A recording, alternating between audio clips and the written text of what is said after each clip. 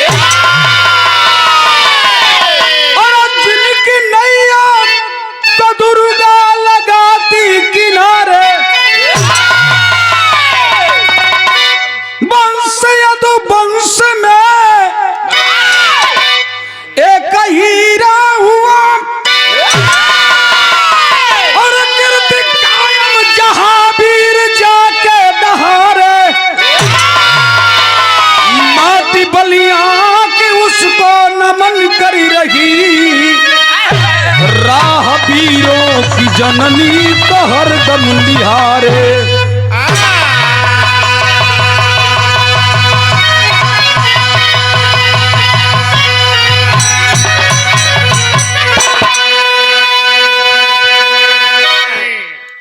अपना खाती सभे जियला, अपना खाती सब जियला, लेकिन जो दूसरे के लिए जीता है उसको कहते हैं मर्द, उसको कहते हैं मर्दानगी।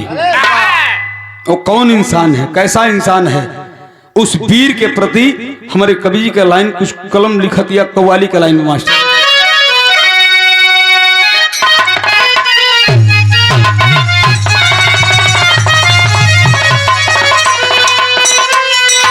अरे का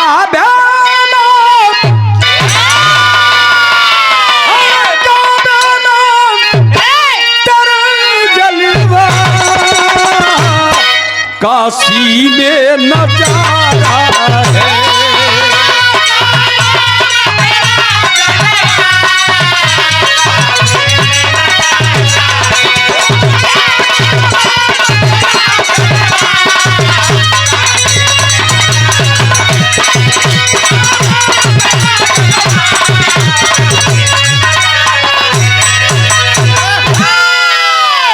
ये तो गीत रहल, लेकिन भाव ओ वीर के प्रति हमारे कवि जी लिखल है। का लिखल? क्या बात है? अब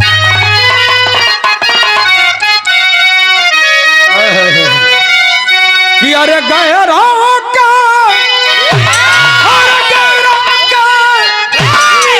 जो यह जान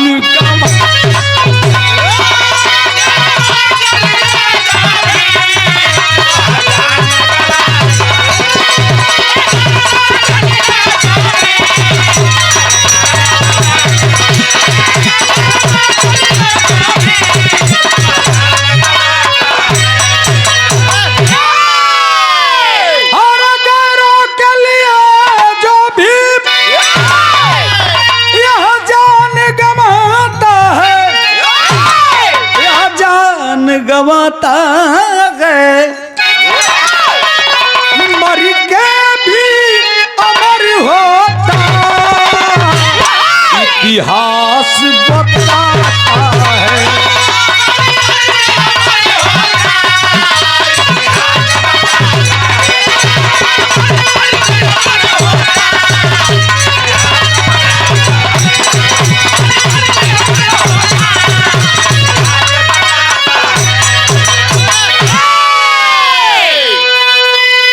अब बाबू ए है जैसे हमारी कहानी का पर्दा खुलत हो, एकदम लाइन बाय लाइन तो की कहानी समझ में आई।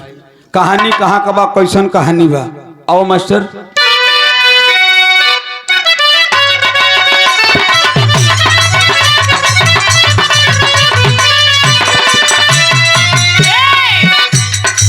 जिला बलिया में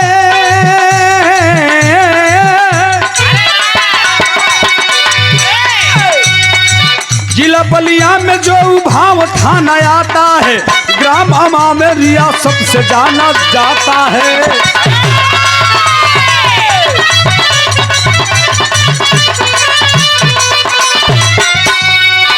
यादव मोती जी के यादव मोती जी के 4 ललनवा भइले, प्रथम बेटा सदाफल जब की जवनवा भइले।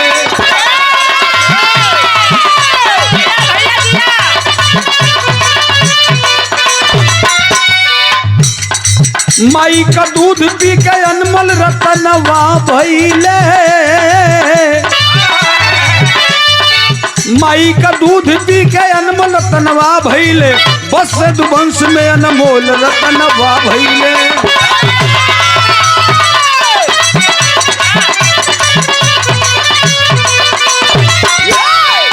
माता ब्रह्मा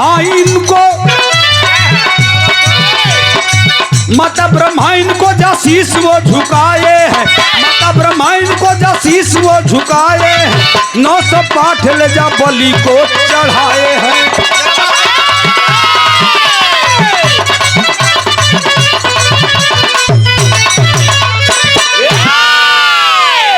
ये बाबू ही बहुत दूर का कहानी ना बा, अपने बेलथरा रोड के बगल में फरसा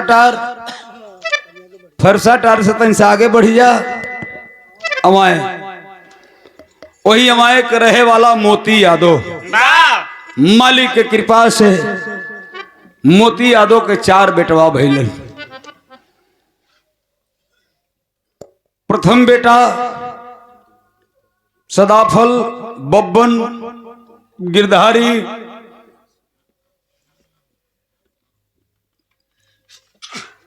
जंग बहादुर। सही है, देखो हम जान के तो ठीक बतौला, जंग बहादुर 4 को बेटा भइलन। धीरे धीरे बाबू जब सदाफल पहलवान जब पैदा भइलन, धीरे धीरे समय बढ़े लगल। ए बाबू पंकजवा ना कह था, यह पुरनिया दादा लोग जे में बैठल बा सब जाना था उनके। सदाफल पहलवान जब जवानी की दहलीज पर कदम के रखलो बाबू, हलचल मची गई, पूरा पूर्वांचल में शोर हो गई।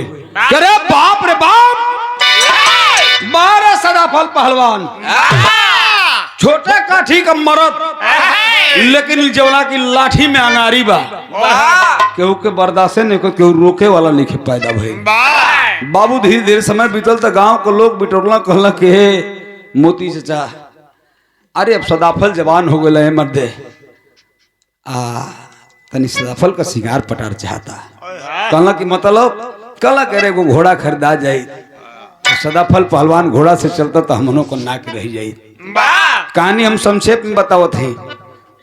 बाबू हो घोड़ा खरीदा गई, वाह रे वाह, जवानी में अंगार बरसे लगल हो।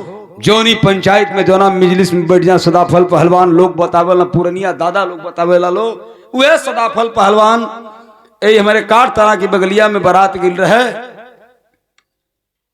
बहुत लोग कहला कि बड़ा ही पेड़वा अर्चन कर था, जाए लक ना हो, दिक्कत कर था।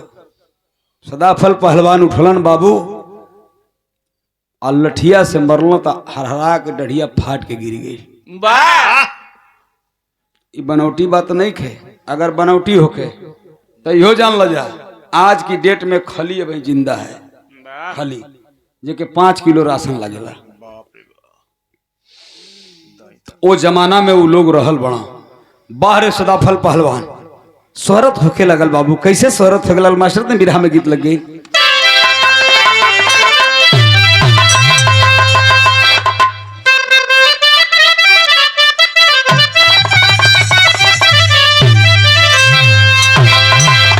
हम तो आपको चाहते हैं, आप ही सो गए हैं, किसी आशिक ने कहा है। वाह बाहरे आसी क्या कहा है क्या भैया कि दिल देता है, दिल देता है, अरे दिल देता है, रो रो दुहाई किसी से कोई प्यार ना करे, दिल देता है।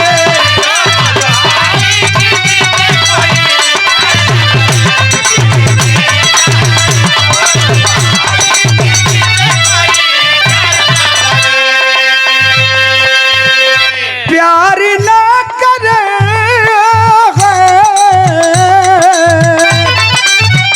प्यार ना करे, बड़ी महंगी पड़ेगी जुदाई किसी से क्यों प्यार ना करे।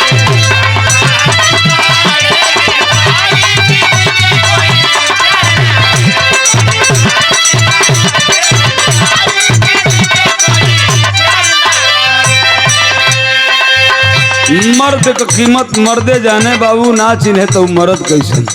विनय प्रकाश संचल जी जो हम लोग के नौजवानों के दिलों के धड़कन है,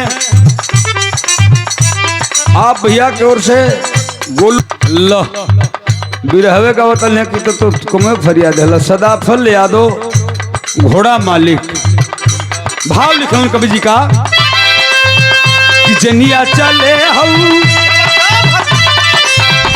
जनिया चले हौसा दाफल सयलानी रे जवानी सयानार बरसे।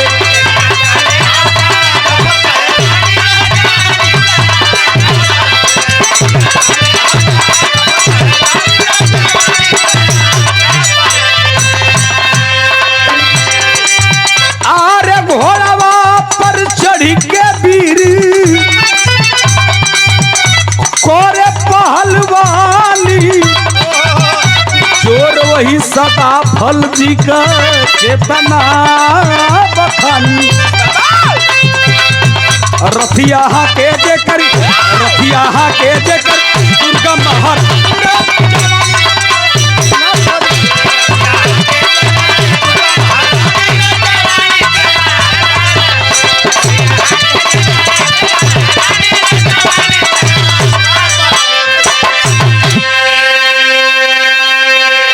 रथिया हाके जेकर दुर्गा महारानी रे जवानी से अंगार बरसे। ए बाबू समय बीते लगल हो, धीरे धीरे समय बाबू चारों ओर पंचायत सदाफल पहलवान जाके करे लगल, आदिल सामंतियों से लड़ने लगे।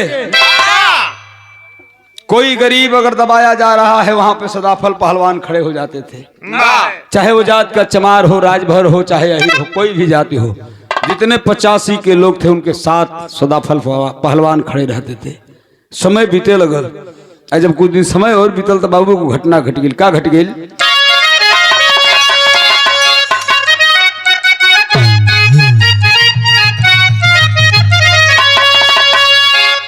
कि अरे बिहू भगत साराया का ए बाबू सुनिला जिकरिया हो,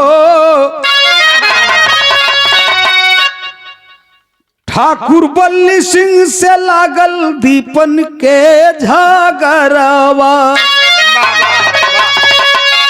तो सगरी जवारी जा वही सदाफल से गुहार कैले, तो घोड़वा पर चढ़ी चली दिहले जवानावा। ए बाबू यही आपकी बगल में सरया डेहू भगत आप लोग देखत हुआ, भुजैनी जाएंगे, अमर भैया का घर है, इनके घर से महज 2 किलोमीटर की दूरी है। वही सरया डेहू भगत में झगड़ा लागल के करा में भैया बाबू बल्ली सिंह और दीपन चौधरी का झगड़ा लग गई। 2 बीघा खेत जाकर जबरन जुतवाल हलन बाबू बल्ली सिंह। बड़ी बड़ी पंचायत भइल, बड़ी बड़ी पंचायत भइल। अरे भाई जाए दा दीपन चौधरी को खतबा दे दा, खतबा दे दा। कहला करे जा हो बहुत जना हिला या गईला वाह खेतवा देवे जाते ही हम, लेकिन बात ना होके चाचा, बहुत लोग अइला गईला गांव के लोग हरदी बटाइल पूरा 85 में कि चला जा सदाफल पहलवान के लगे। वाह लोग पहुंचलो सदाफल पहलवान के पास कि का हो पहलवान, सबका पंचायत फरिया वाला तू आज वही तोहरा धरती पे सरिया ड्यू भगत में एगो गरीब को जमीन लुटाती है, ओकर पंचायत ना करबा। बाप रे बाप, जब बात सुनन बाबू तो पहलवान केलन का, अरे लालू सिंह चरौआ वाला ठाकुर सेनापति भइले, अरे एक बोर रघु एक बोर जदू खाना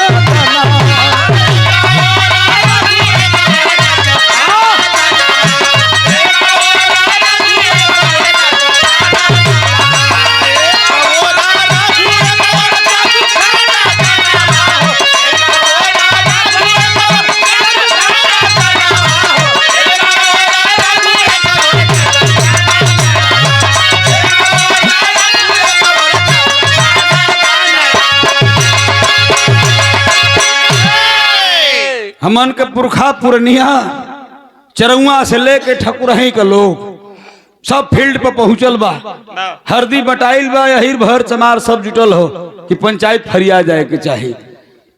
एक और सदाफल पहलवान बोलत हवन, एक और बल्ली सिंह के तरफ से लालू सिंह है चरौआ वाला। वाह बाबू साहब लालू सिंह जी कम मर्द होना रह, जाके खड़ा भइल कहल कि हम बल्ली सिंहपुर से हम बानी वाह के पंचायत करे आयल बात, तो भइल के सदाफल पहलवान आयल हूँ। बात धीरे धीरे होखे लगल, बात होते होते होते होते होते कहलन सदाफल पहलवान की भैया बल्ली भैया वाह ये बात के मान जा, कहलन की मान जा। सदाफल पहलवान कहलन की बल्ली सिंह मान जा, पंचायत के मान जा रे मर्दवा, गरीब का 2 बीघा जमीन लुटले हो, पंचायत के खत्म करा। कहला कि पंचायत एक ना हो पाई, हम पंचायत के मानब बनब नहीं। बोल पड़े लालू सिंह उसदम, कहला कि हे सदाफल भाई बड़की बड़की आंख न देखावा। बोल पड़े लालू सिंह उसदम, अरे बोल पड़े लालू सिंह उसदम, पग पीछे नहीं हटाऊंगा। अगर बनते हो तुम लोरिक तो आल्हा सबक सिखाऊंगा। कहल के भैया ये बात कहां से आ गए, काहे न मानत हो। कहल के ना हो तो के अगर 85 के लोग तो के लोरिक मानत हुए तो हम के लोग आल्हा माने ला। बात धीरे धीरे पानी पर चढ़ गई। भैल का बोल पड़े बीर उस्तम बाबू, अरे बोल पड़े बीर उस्तम बाबू, पग पीछे नहीं हटाऊंगा। अरे बोला थी बात दहीना दुर्गा कोई वीर गति को पाएगा।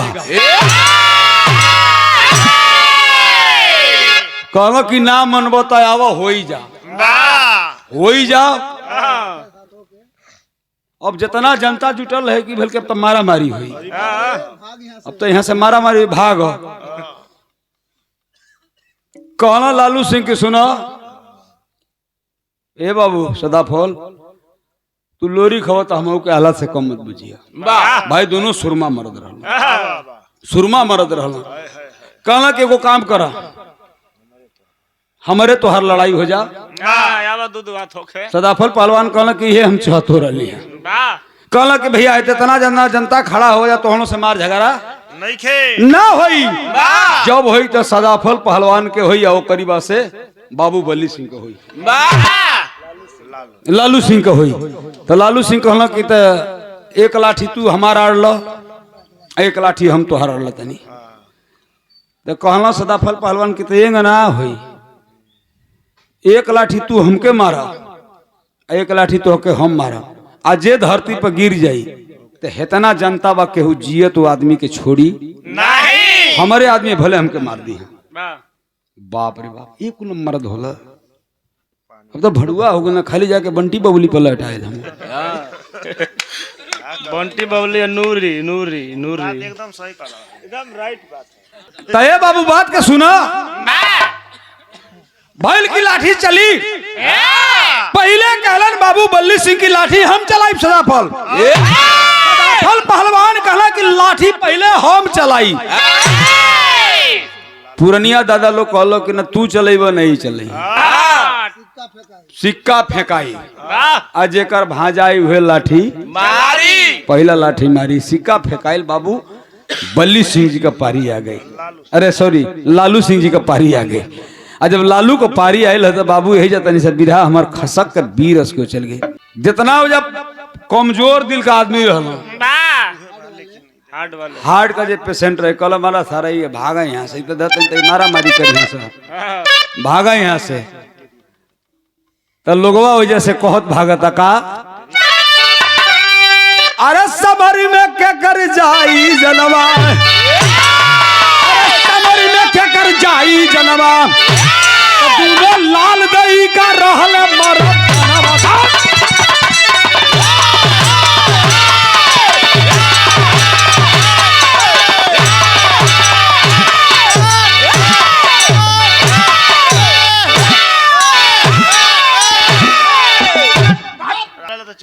तो बाबू दोनों बीरन का लाठी चलता तनी भाव पर गौर करी है। आज सदाफल पहलवान खड़ा हो गए कि चलो भैया बल्ली सिंह जी आप लाठी चलाइए। पहले लाठी चलत है बाबू बीरन का तनी देखे जाए ऐसा ना मार होला, एक खाला तू मारा एक खाला हम मारो, आके मारा मारी पे आदमी एक खाला मारता तो आदमी तो साला मारता तोड़ता पड़ा पड़ मारता कहता मार सारे के कट्टा से मार दे के, लेकिन वो मार कैसन होती। आओ बाबू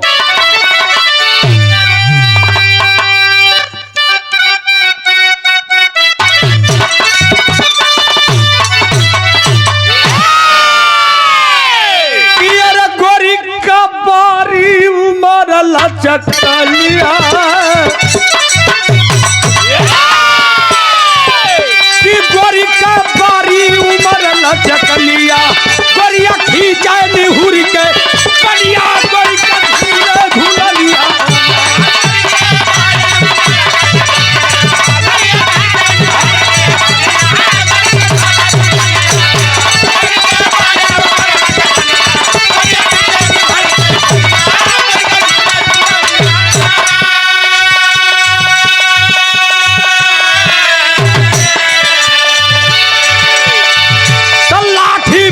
उठावले दूनो, लाठी पीरा उठावले दूनो, पलकारिया रे समरिया पीछे बाधी पकड़िया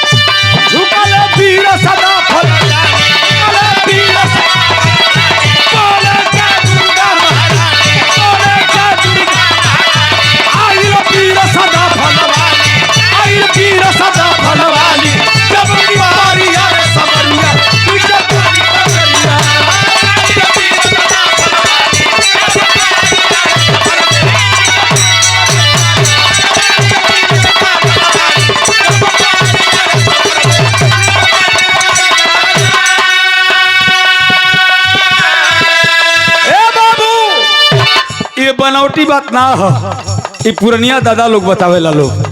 एक के लाठी मरलन ह बल्ली सिंह की कान्ही पर, बल्ली सिंह मरलन सदाफल पहलवान की कान्ही पर लगल, आ लालू सिंह मरलन तो सदाफल पहलवान की कन्हिया पर लगल, आ ओकरी बस तनकी से सदाफल पहलवान झुक के फिर संभल के खड़ा हो गई। कहा कि पारी अब हमारा गेल राजा, अब के तू हमारी लठिया के तू आड़ा आड़ो आड़ो चल लाठी ताउल के बीरवा मारा,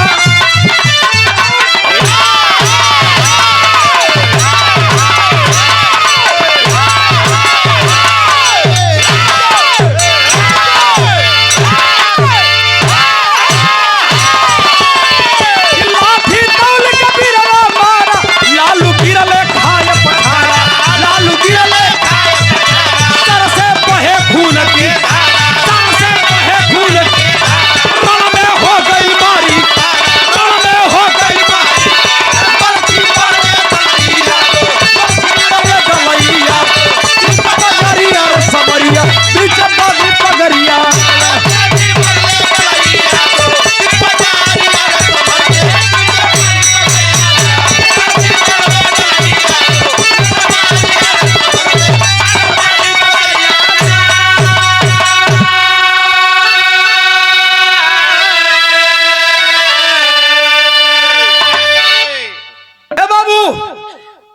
सदाफल पहलवान का जब पारी आयल, क्या लाठी मरलन बाबू,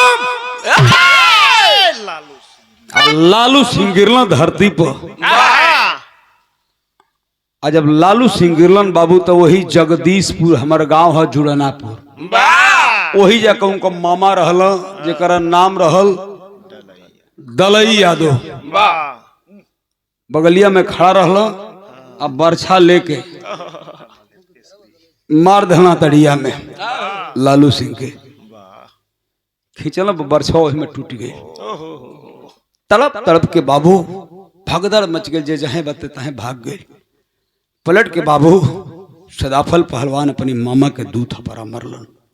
लोग बतावेला मरलन पड़ाक पड़ाक कल करे मर्दबा, मर्दे का शान मारल जाला, मर्दे का जान ना मारल जाला। वो अपनी जगह से गलत ना रहना, जहां से आयल नौकरी खातिर मर्दानगी बा उनको, बहुत गलत कर दे मामा तू। लेकिन ये बाबू सब तो भागत हो, लेकिन भगदड़ मचल हो, सब भागत हो जान बचा के अपन। लेकिन वही जब सरया वाली फील्ड पे आप लोग जाइबा, गोविंदपुर स्टेशनवा पार करबो तो बड़का विद्यालय बा, मिडिल सरकारी विद्यालय बा, वही फील्ड कई बतिए है। लेकिन भैल का मास्टर आवता नारी के कारण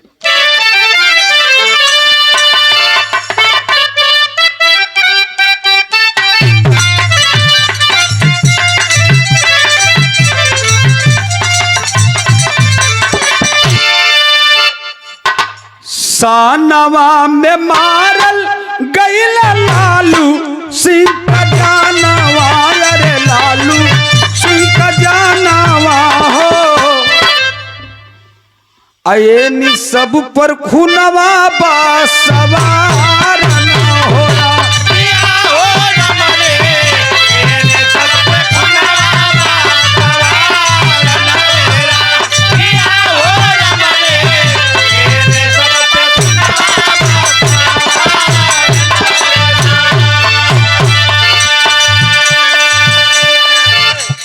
सरया के फील्ड पर एक बूंद पानी मांगत मांगत बाबू लालू सिंह जी तड़प तड़प के मर गए। लेकिन उमा मुकदमा भइल, जब मुकदमा भइल तो भइल का 52 गो जवानवा धोके गईले जेहल खानावा, अरे गईले जेहल खानावा हो।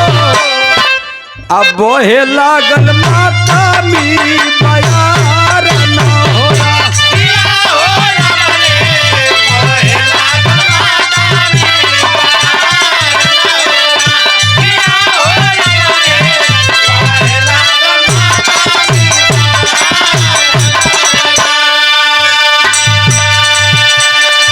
ए बाबू 52 लोग पकड़ के गईलन, अज्ञात मुकदमा लिखाइल, अहिर चमार भर कम से कम 52 जना गई।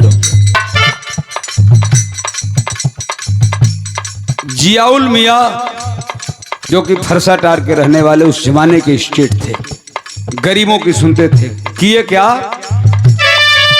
चाचा जियाउल जाके जामा नत करावाले, अरे जामा नत करावाले हो। इन्हें सब पर खुनवा बा सवार न होला,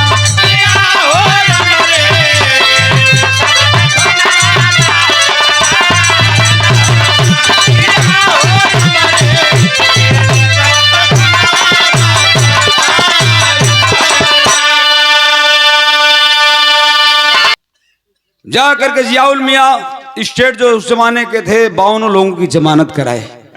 जमानत होकर सब लोग चले घरे, सदाफल सहित सब जब घर आ गए। लेकिन ये बाबू इधर सामंत में खड़बड़ी मच गई कि ये वो सदाफल पहलवान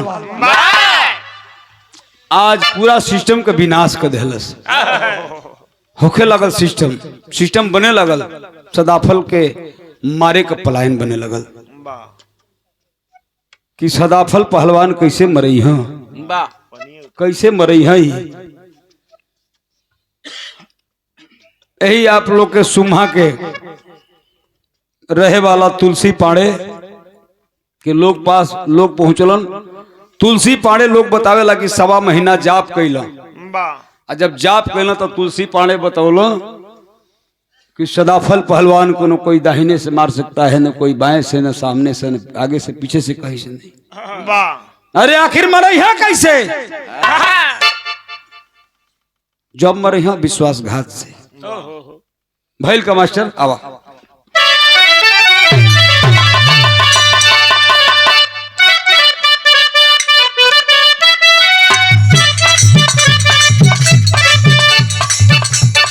निकुल हो गई तैयारी, लेकिन सामंती लोग मीटिंग बना के कैलन है का। पहले हमन का है जितना हमन का भाई लोग बैठल वालो, पहले अहिरीन दूध बेचे जाए बेलसरा रोड में भैया मनोज भाई। अहिर चमार के मेहरारू दूध बेचे जा सब, दही बेचे जा सब। हाँ उहे माठा गीतिया उहे बा। ए गोरिया तो हर बनल बाजार देखे में लागे लरूपवा तोहार। ए गोरिया तो हर बनल बाजार देखे में लागे लरूपवा तोहार।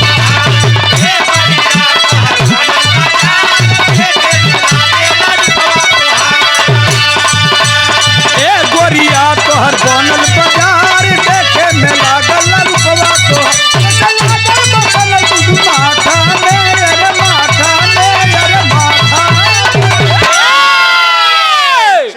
चल न गोरी एक बात तिवारी जी भाषा में।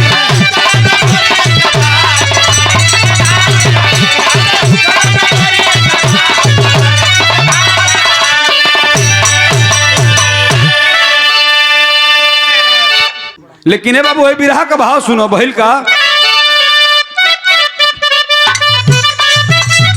मीटिंग होती है देवंदर भैया। कवनो जो हिरिन जाई बाजार लेबे के झुलनी का पानी उतार दो।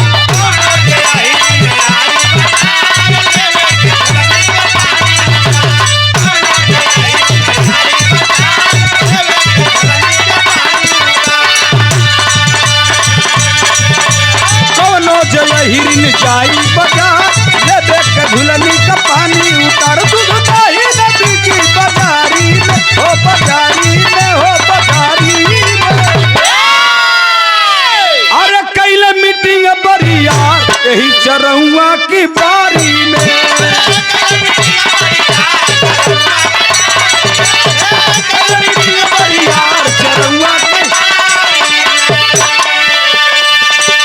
यही चरहुआ की बारी में मीटिंग होती है कि कोनो हिरिन अगर जाई ओकर इज्जत आबरू लूट ले जाई, कौनो के बेइज्जत करके भेजल जाई।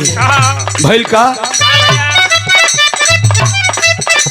सब ही के घरवा गोरस रुकी गईले।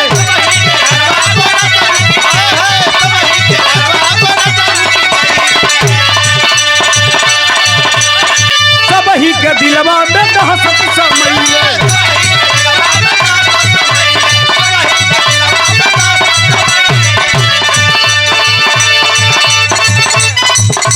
याद बल की सुन के खबर हो गईले।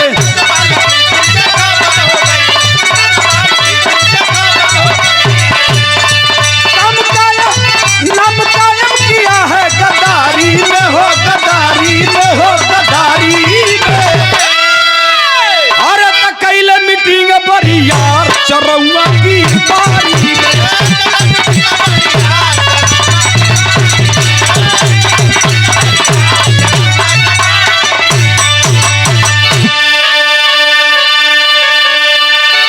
ए बाबू सबके घरे गोरस शुरू की गई।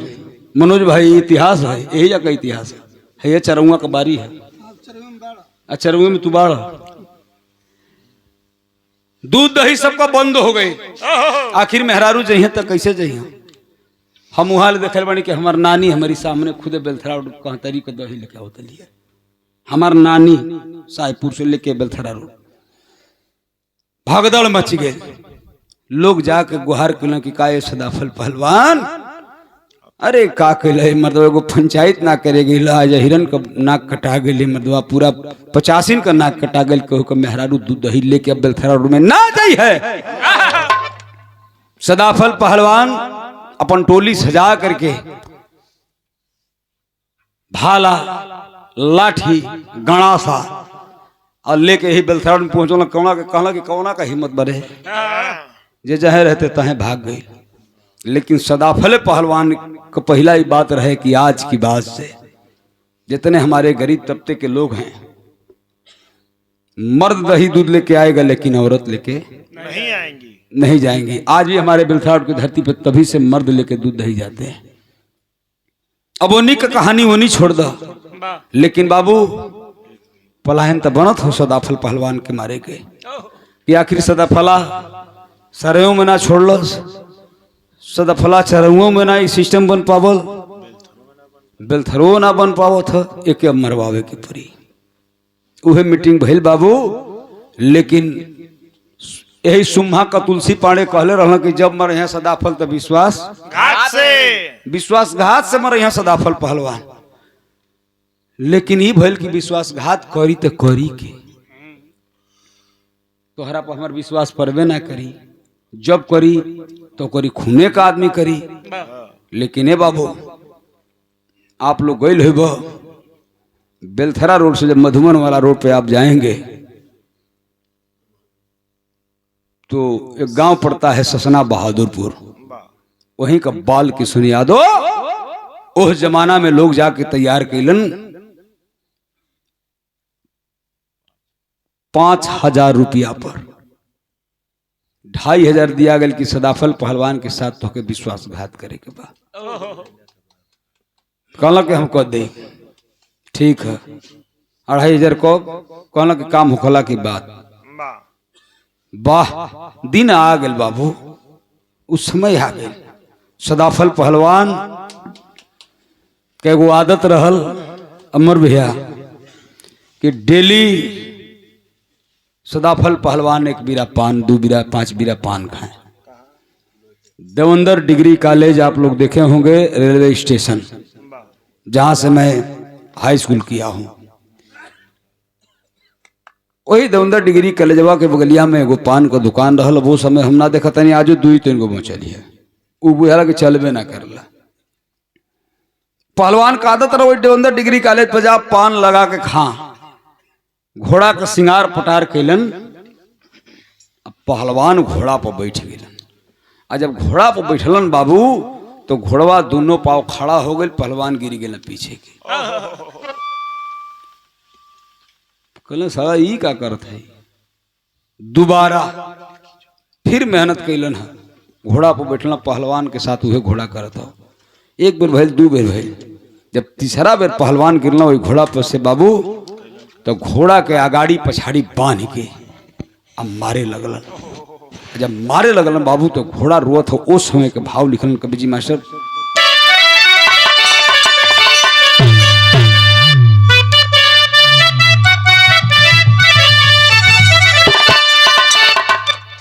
कि घोड़वा रोवत बाटे ना, कि घोड़वा रोवत बाटे ना, बेरा रे साधी तो सुरमा बूझत नहीं खाना, सुरमा बूझत नहीं खाना, बाकी रे घोड़ा ऐसे लोरकी तनी खड़ा कला।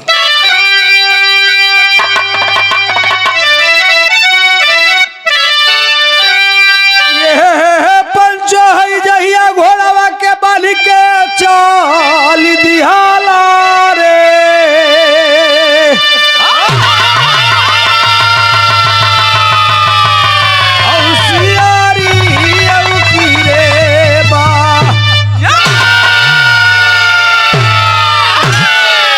हे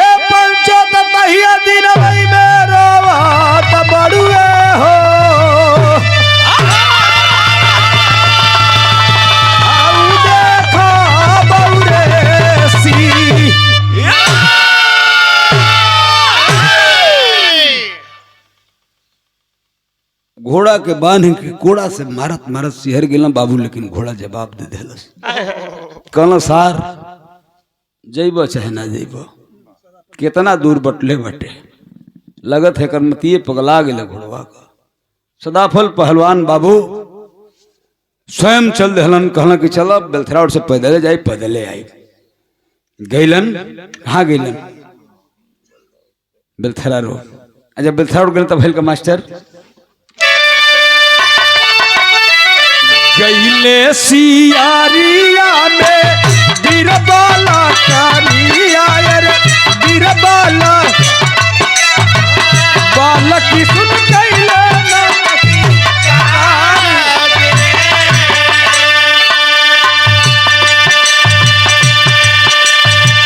बाल की सुनो ही ढाला पर खड़ा हो बाबू, वही रेलवे स्टेशन पर आप लोग देखत हो डीबे ढाला। बाल की सुन कहला कि चचा, सदाफल पहलवान को कहला कि चचा गोड़ लगता नहीं। कहला कि का हलवा रे बाल की सुन बाबू, ठीक हवे? कहला कि चचा ठीक है, लेकिन तू कबो को हमके देख के अनदेखा कर देला। कहला कि का मतलब? हम तो हर चेला बनल चाहिला, पहलवानी करल चाहिला, लेकिन चाचा हमारी पर ध्यान ना देला। कहला कि रे बुर्बक तक घरे दुआरे आऊ जा कोई अखड़ा पर लोड़ू भिड़ू का तो कम छोड़ले बनी थोड़े। कहला कि चाचा कुल ठीक बा, तनी आज तुहार सेवा कर चाहते नहीं। कहला कि रे पगला तू हमार का सेवा करबे? कहला कि चाचा तू पान खाला, तनी एक बिरा हमार पान खाला। यावलस मुदाई आखी यावलस मुदाई ओ कल चाहे दुनिया अंधार जे।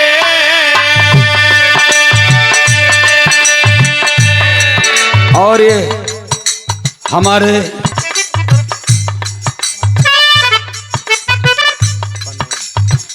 पनवा में जहा रखी यावलस मुदाई आखी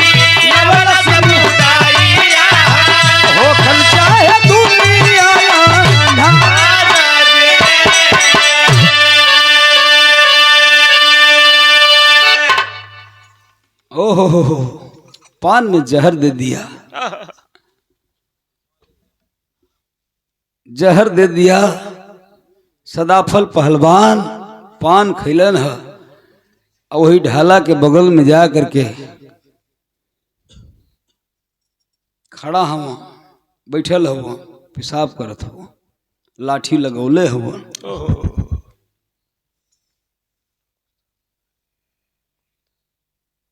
सगरो लोग तमाशा देखो तो कि पहलवान इतना देर ले तो पेशबो नहीं करेला, लेकिन बाल की सुन भाग के जा करके बाबू उन सामंतियों से बताया कि मैंने सदाफल पहलवान को जहर दे दिया है, जाओ जो करना है कर लो। जब भाग कहना भैया भाला लेके मारे खाती, कटारी भाला सदाफल पहलवान के कितने जना का बाबू कहल जाला कि गणिये फाट गई। भाग सारे तो बैठ के लाठी लगा के पेशाब करता सदाफला, हिम्मत बिगड़ गई कितने जने का। अरे चुतिया बना रहा है तुम हम लोगों को, 2500 रुपया दिए हैं, जहर नहीं खिलाया है तू। कहले यार जहर दे दे ले।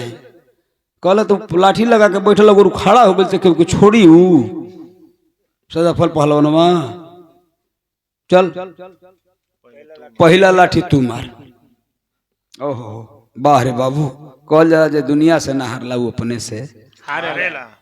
तब पीछा से लाठिया चा लावल से मुदाइया चा लावल से मुदाइया कैल तब करुणा पुकार गे। है बाबू पहला लाठी बाबू अपना ही ब्लड अपना ही खून जा करके बाल की सुन लाठी चलो कंधा पर लगल पहलवान के। जब पहलवान गिरल ना पीछे के लौट के देखला तो बाल की सुन आंख में आंसू भर गई बाबू कि हम केहू से ना हरली, आज हमरे परिवार हमके हरा दिलस। रोत हूँ पहलवान, रो रो के एगो बात कहत हूँ बाल की सुन के का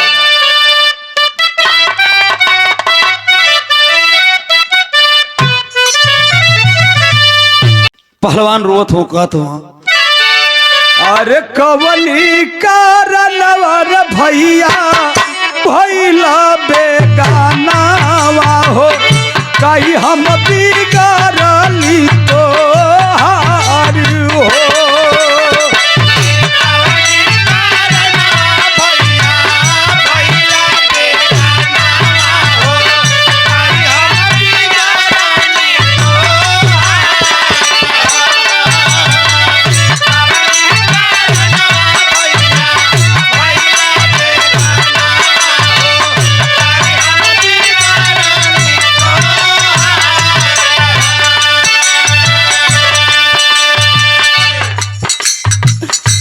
पैसा के खातिर हम क्या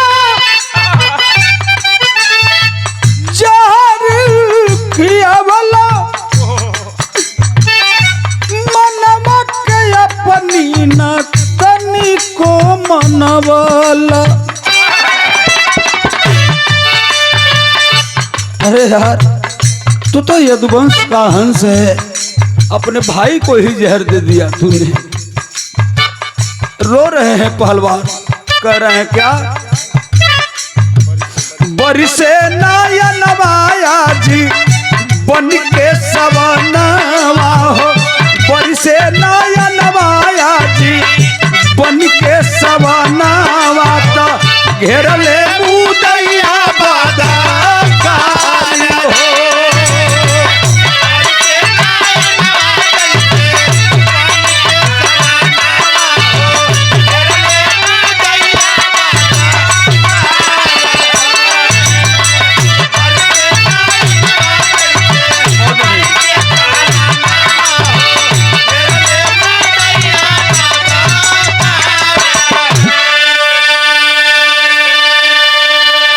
पहलवान गिरल हुन रोत हुन आंख से झरझर झरझर आंसू चलत हो कि आज हमरे ब्लड हमरे खून हमारे संग ऐसा धोखा कर दिलस। हम दुनिया पर का विश्वास करिए बाबू हंसराज, दुनिया पर का विश्वास करिए। वाह तब तक बाबू इतने में सामंती लोग घेर लिए और जाके के बर्छी भाला पहलवान के शरीर में मारे लगल। खचा खच बर्छी भाला घुसत हो शरीर में। वही समय बाबू मालगाड़ी आ गए, लोग छोड़ के भाग गए। तोले सांस चलत है पहलवान का, लेकिन बाबू सामंती तो भाग गए, लेकिन बाल किस्म खड़ा होकर देखा तो कि हम लोग के वंश का एक हीरा असला 2-4-5 हजार रुपया खाती हम अपने वंश का विनाश करते हैं। आंख से अब देखा वो गलानी होती है, बाल की सुन के झरझर झर आंख से आंसू चलत हो। लेकिन भज्जू यादव जौन फरसटार के रहे वाला, जब उनके सूचना मिलल भाग के गेलन बाबू। वो समय केहू रहल ना, लेकिन पहलवान मरला से पहले मुड़िया तर खड़ा रहना के बाल की सुन जौन जहरवा दिले रहल। तो पहलवान कहलन का कहलन मास्टर आल्हा के लाइन में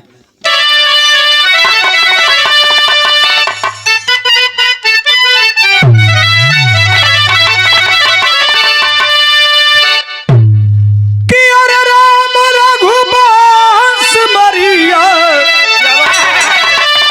ए पंचो धोखवा का कैले कि अरे बलि की बधनवा के जाने साला सा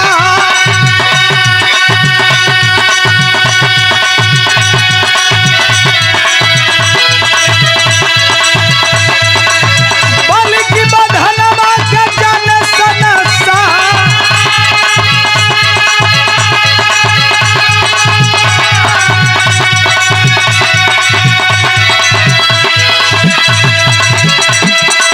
सुतल मुरारी रहले जबकि पीछे बनावा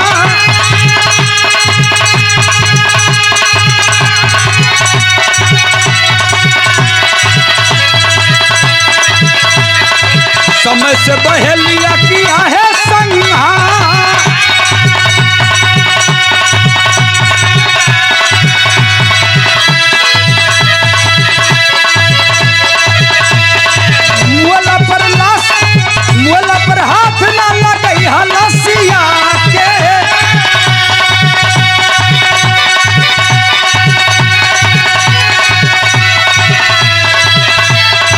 या तो कुलवा के तू महान गद्दा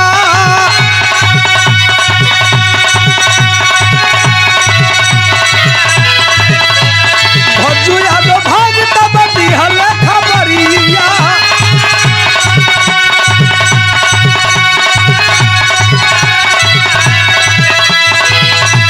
चमक शिवनावा में ढाल कलवा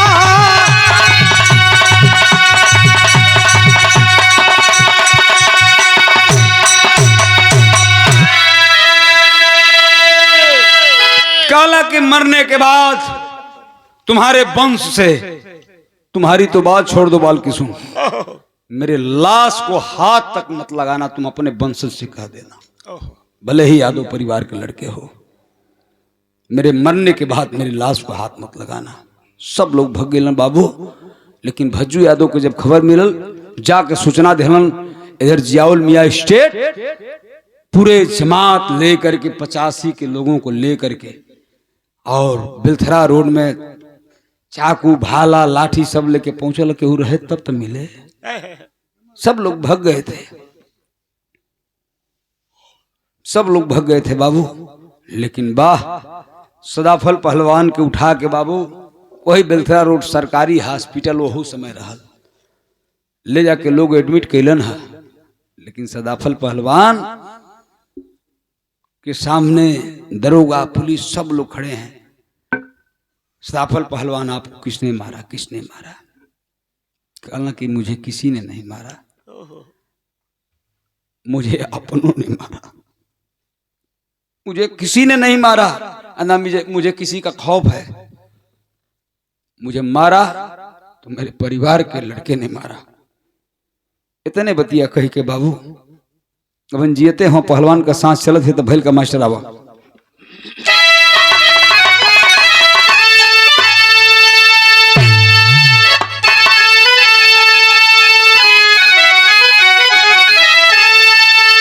चारों भाई हॉस्पिटल में पहुंचलन पूरा परिवार के लोग पहुंचलन बाहर पहलवान दाहिना हाथ उठौलन जय दुर्गा कह के अपन संसिया बंद कर दिलन तब भैल का कि अरे रोवे नरी नारी सब बहावे हंसिया अरे जब की चितवा पर चढ़ल बा सादा फल का लसिया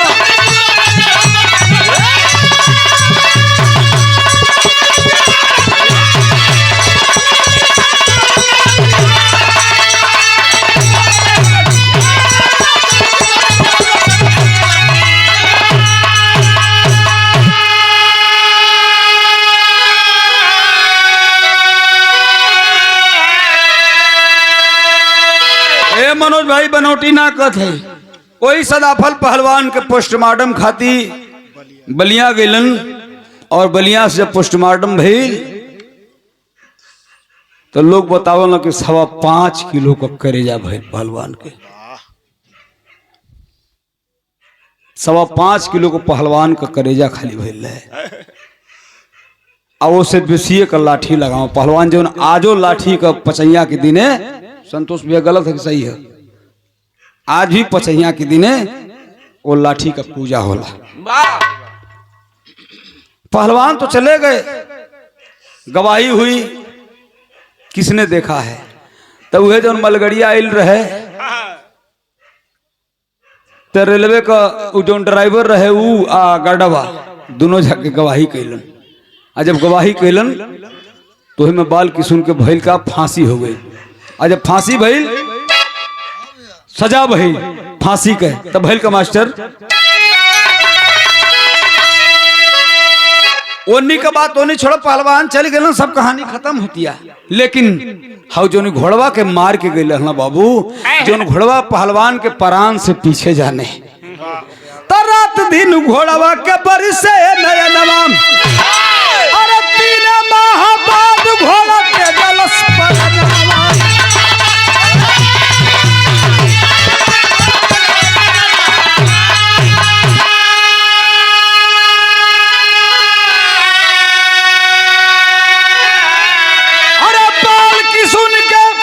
वही बलिया बीच भैली फसिया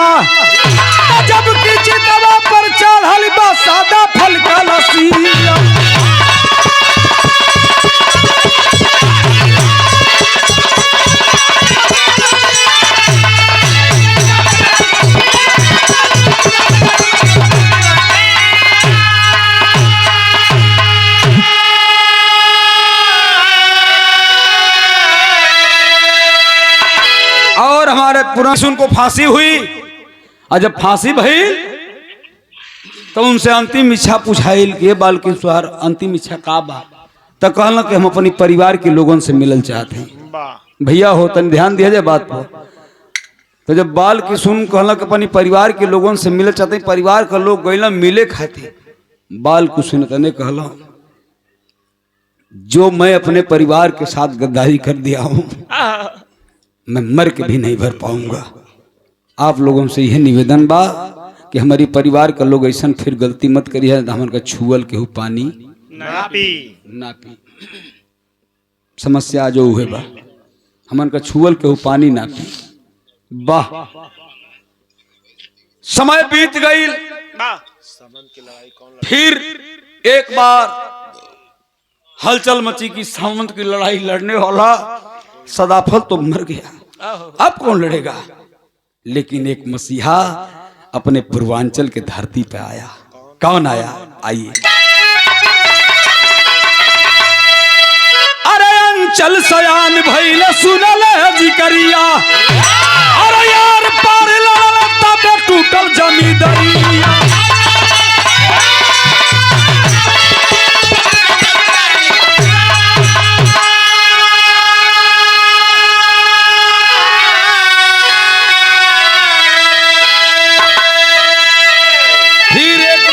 और पैदा हुआ जिसको लोग कहते हैं स्वर्गीय शारदानंद अंचल।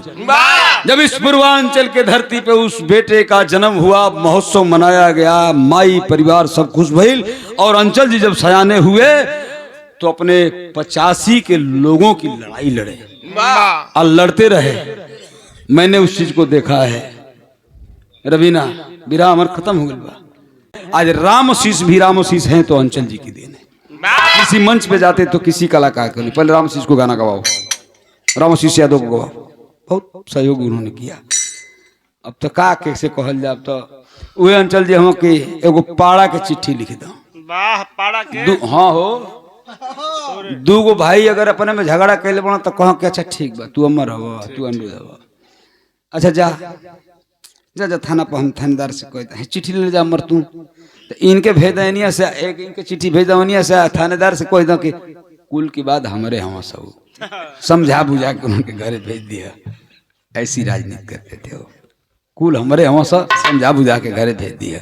अब तो ऐसा थाना का दलाल हो गल बना से नेता की कहतन से कि 6000 हिंसे ले ला, 9000 हिंसे, और दरोगा जी के 4000 दे दो, 3000 नहीं सजिया के कम से कम 3000 बची थे, कम से कम 10 गो बियर आ जाए।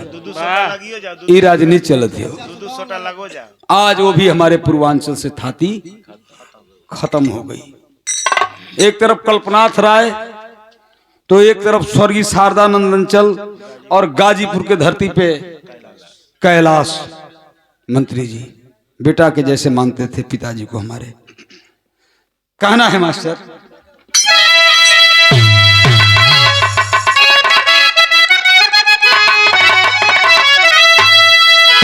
जय जखाड़ स्वामी गुरजद्दू की लहर फुलवारी,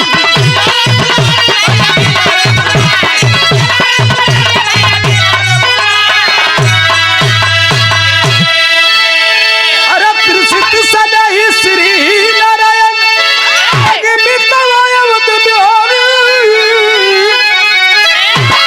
तो समर में के कर जाई जनमा, तो पंकज राम शेष